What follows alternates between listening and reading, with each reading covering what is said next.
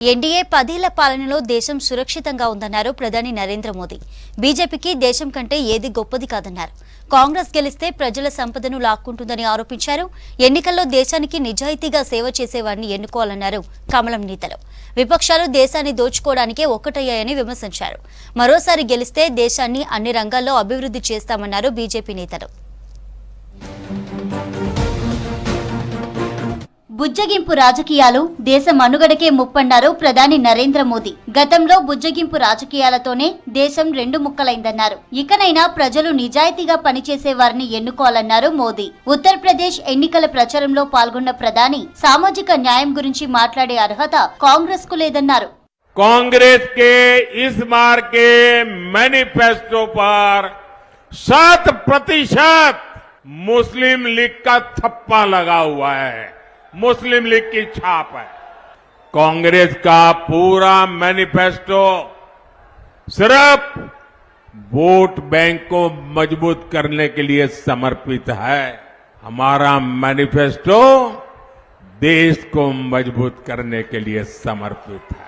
బీజేపీకి దేశం కంటే ఏదీ గొప్పది కాదన్నారు మోదీ. కానీ కాంగ్రెస్ కు మాత్రం ఫ్యామిలీయే ముఖ్యమన్నారు. కర్ణాటకలోని కాంగ్రెస్ సర్కార్ ఓబీసీ, ఎస్సీ, ఎస్టీల హక్కులు లాక్కునే ప్రయత్నం చేస్తుందన్నారు. ముస్లింలను ఓబీసీలోకి మార్చి ఓబీసీలకు అన్యాయం చేసిందని విమర్శించారు. కోర్టు ఆంక్షలు ఉన్నప్పటికీ కాంగ్రెస్ మత రిజర్వేషన్లను సమర్థిస్తోందన్నారు మోదీ.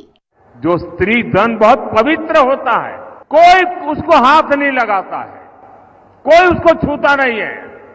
मंगलसूत्र हो, छोटा मोटा सोना चांदी का गहना हो, इसे पवित्र माना जाता है.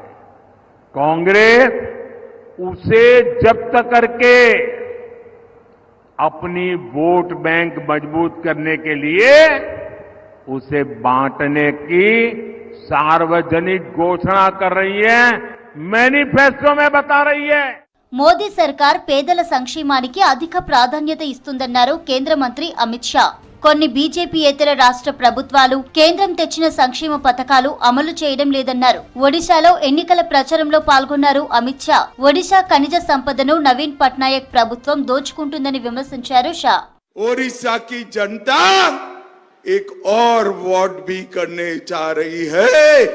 ये महाप्रभु की भूमि पर पहली बार ओडिशा की भाषा, संस्कृति, धर्म और साहित्य के गौरव के लिए ओडिशा में भी पूर्ण बहुमत के साथ भारतीय जनता पार्टी की सरकार बनाने के लिए वोट करना. గత కాంగ్రెస్ ప్రభుత్వాలు దేశ సరిహద్దులను పట్టించుకోలేదన్నారు కేంద్ర మంత్రి రాజ్నాథ్ సింగ్. మోదీ సర్కార్ ఏర్పడ్డాక చైనాతో సరిహద్దులను పటిష్టం చేశామన్నారు. సరిహద్దుల్లో చైనాకు దీటుగా మౌలిక వసతులు ఏర్పాటు చేస్తున్నామని చెప్పారు. యూపీ ఎన్నికల ప్రచారంలో పాల్గొన్న రాజ్నాథ్ శత్రు దేశాలను చూసి భయపడే పరిస్థితి పోయిందన్నారు. 2 साल से लड़ाई चल रही है, उधर से भी मिसाइल तो गोले सब चल रहे हैं, और यूक्रेन इस देश की तरफ से भी तो गोले मिसाइल धड़ाधड़ चल रही है. जब लड़ाई शुरू हुई थी उस समय हमारे देश के लगभग हजारों बच्चे वहां पर पढ़ाई करते. మోదీ 10 ఏళ్లలో చేసిన అభివృద్ధిని ప్రజలకు వివరిస్తూ ప్రచారం చేస్తున్నారు బీజేపీ నేతలు. మరోసారి ఎన్డీఏ కూటమి గెలిస్తే భారత్ను ప్రపంచంలో అగ్రదేశంగా మారుస్తామని చెప్పుకొస్తున్నారు.